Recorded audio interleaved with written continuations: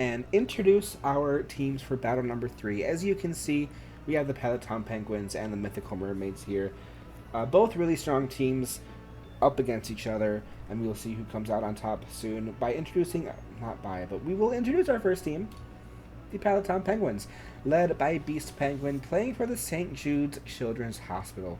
Currently 8th place at 4 and 5, finally recovering from their losing streak that they've had in the past couple weeks, and definitely looking forward, or not looking, definitely looking to keep up these wins and try to climb back up in the rankings. Going from first place in week 1, dropping down to 8th and 9th place here, but definitely looking to get more wins. The OU Pokemon of these words are fun. Anyway, the OU Pokemon of this team, we see the Cinderace leading the charge at 8 and 7. A really strong Pokemon that, I mean, it's really fast and really strong with the Protean or Libero ability.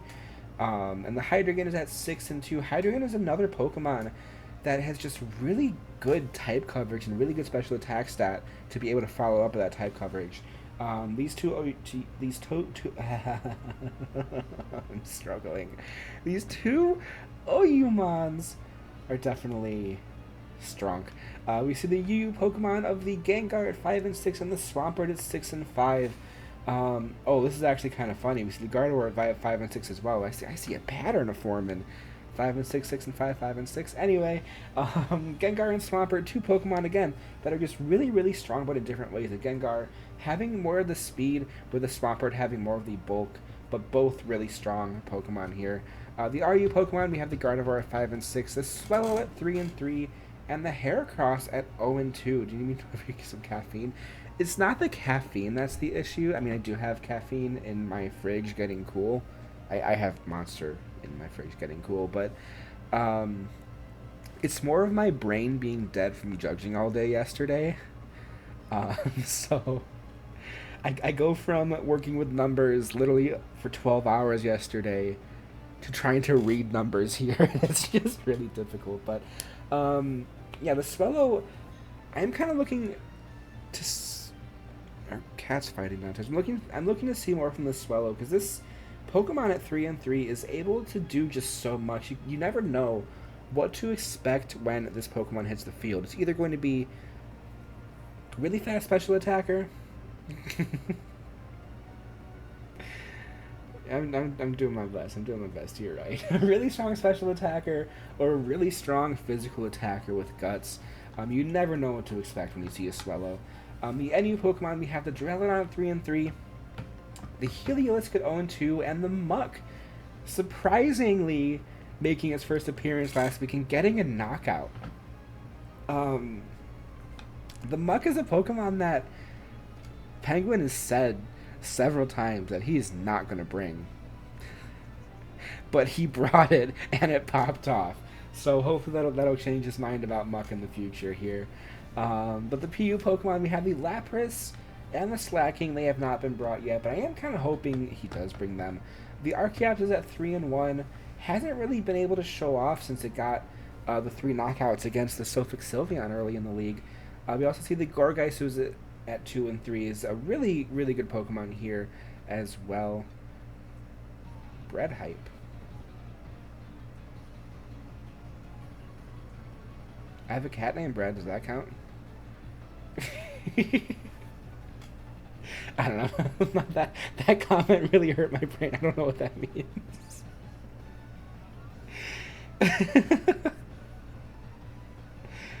Let's introduce our other team. Oh, because Slacking's always loafing around. I get it. Yeah, I'm surprised he hasn't brought Slacking yet. That Pokemon is really, really good. But yeah, let's go into the next team here. We have the Mythical Mermaids, led by Mizusuta, playing for the Humane Society of Tampa Bay, currently in 10th place at 4 and 5. No worries, Johnny. Another Pokemon with the same record, so one of these teams are going to pull up ahead here. Mythical Mermaids has been a pretty consistent team, I should say. Not getting too many wins, but has been able to take down the formerly undefeated Goldenrod Goldangos. Oh my goodness. Um, Anyway, I don't even know what's going on with chat anymore.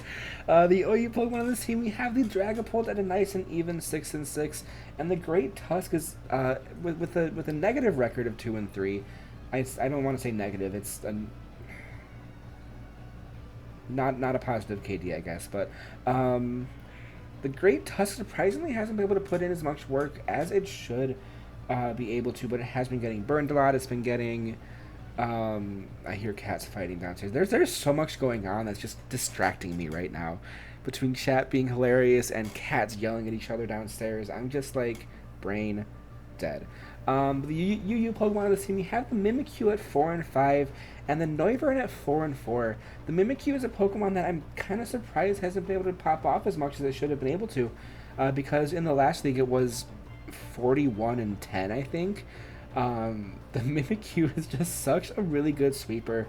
Just unfortunately, the Mythical Mermaids have not been able to get the sweeps that the Mimikyu has been needing.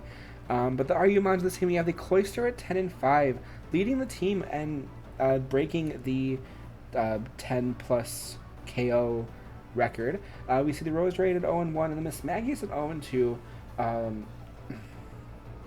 was gonna say the NU Pokemon. We have the Vaporeon and Hitmontop and even at a 2-4 record each, and the Snorlax is unfortunately at 0-2.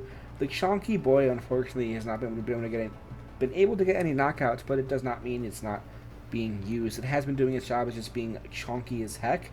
Just was not able to get any knockouts in return yet. The PU Pokemon, we have the Leafeon at 3-4, and the rest at 0-1 with Vikavolt, Rotom, Frost, and Claydol. The Vikavolt and Claydol not really looking to get knockouts, but they were there for setting up traps. Yeah, really good team. Trying to get more consistent with the wins here. Same with the Pallet Penguins. Both of these teams with their negative win-loss records trying to even it up here against each other, but only one will do so. And let's see the starting lineups of these two teams, shall we? We have the Pallet Penguins with the Swampert and the Gardevoir, the Gengar, the Gourgeist, that's a Hydreigon, I almost forgot what it was called, and the Cinderace. With the Mythical Mermaids bringing the Dragapult, the Great Tusk, the Vaporeon, the Noivern, Snorlax, oh my gosh, my brain, Snorlax, and the Dancing Hitmontop. We got Boostio coming back. I love to see the Chonky, the Chonky man just standing there like, hey, how you doing?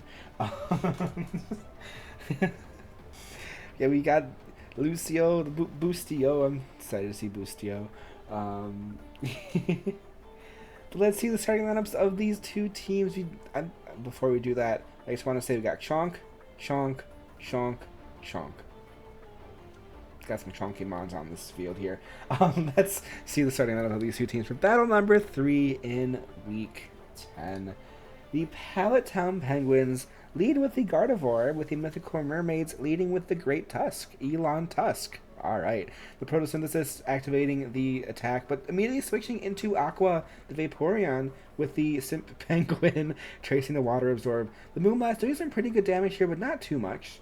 The Leftovers doing a little bit of recovery, with an Energy Ball then connecting, doing a lot of damage, but not quite taking it down.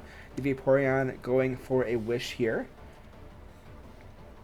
And the Wish Protect strategy coming into effect, protecting it from the Moonblast to guarantee that the health recovery will be there, bringing it up to 87% with leftover recovery as well. The Energy Ball connecting and getting a crit, but does not take down the Vaporeon. The Vaporeon is free to go for another Wish here. And a Protect. The Moonblast not doing anything because of the Protect and getting it back up to pretty high HP here. The switch from the Vaporeon into Baymax, a Snorlax, going into an Energy Ball, doing some chip damage, and not really good damage, with the Soccer Penguin coming out to replace it, with the Curse coming through from the Snorlax to raise its attack and defense, but the high jump kick is able to connect and bring the Snorlax to only 2% HP. It is going to get the recovery from the Berry and hit back with an Earthquake, which does not quite take down the... what's his face? I don't know. But the high jump kick connects from the Cinderace, doing a lot of damage here, but not too much. The Cinderace switching out into the Frog Penguin to predict the Sucker Punch that's not going to come through. And the swap from the Hitmontop into the Vaporeon with an Ice Punch. Another predicted swap, not doing too much damage from the resisted hit. Swampert switching out into the Gardevoir to trace the Water Absorb, with another Wish being set up by the Vaporeon. The immediate switch from the Vaporeon into Snorlax with the Moonblast, bringing the Snorlax down to 6% HP, but the Wish is going to come true and bring the Snorlax back to half. The switch from the Gardevoir into the Swampert, though, to chunk the damage from the Earthquake here, get a little bit of recovery from the leftovers as well, with the Power-Up Punch doing some good damage to the Snorlax. And the Seed Bomb is going to take down the Swampert. Seed Bomb from a Snorlax. I was not expecting to see that. Cinderace coming out to replace it with a high jump kick is going to take down the Snorlax right back. Each team now down one Pokemon. With the Vaporeon coming back. The switch from the Cinderace into the Gourgeist, with the Vaporeon then going for a Wish here. Vaporeon switching into Boostio. It's going to get the Wish recovery, but the Will-O-Wisp is going to burn it and cut the attack stat of this Pokemon in half. What's his name? Hitmontop is going to get back to full HP, but the Trick or Treat is going to turn it into a Ghost type. The Triple Axe was going to connect and not do too much damage because of the burn that is now in effect from the Gourgeist here.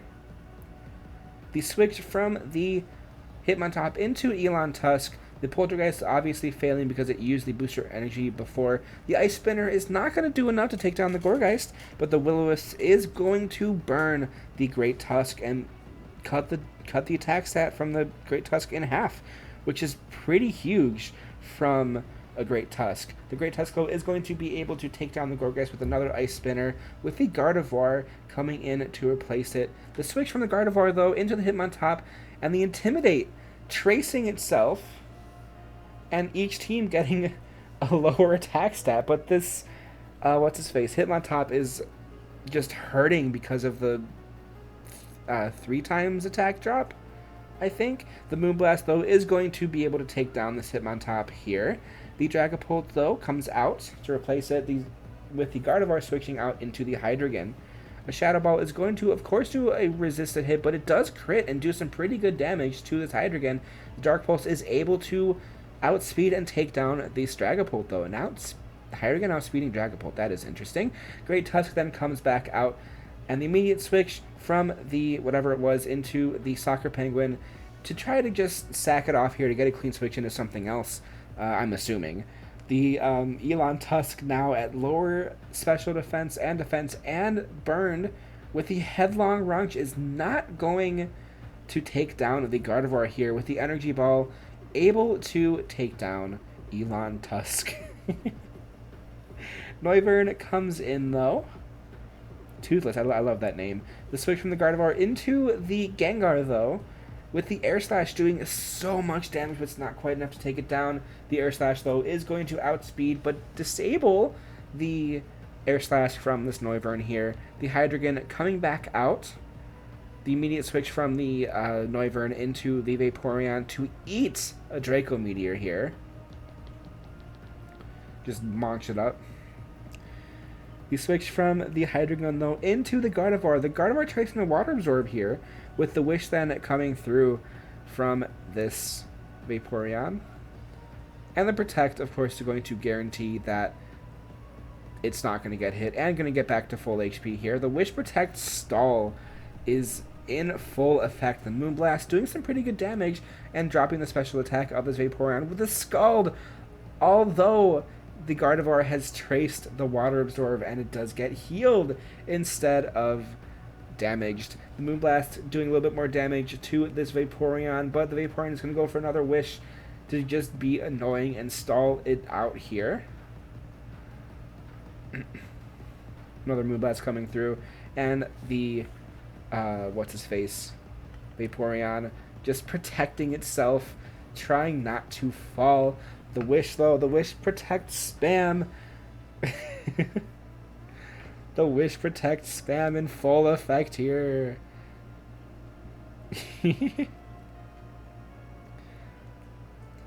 Another Moonblast coming from the Gardevoir, doing a third of the damage.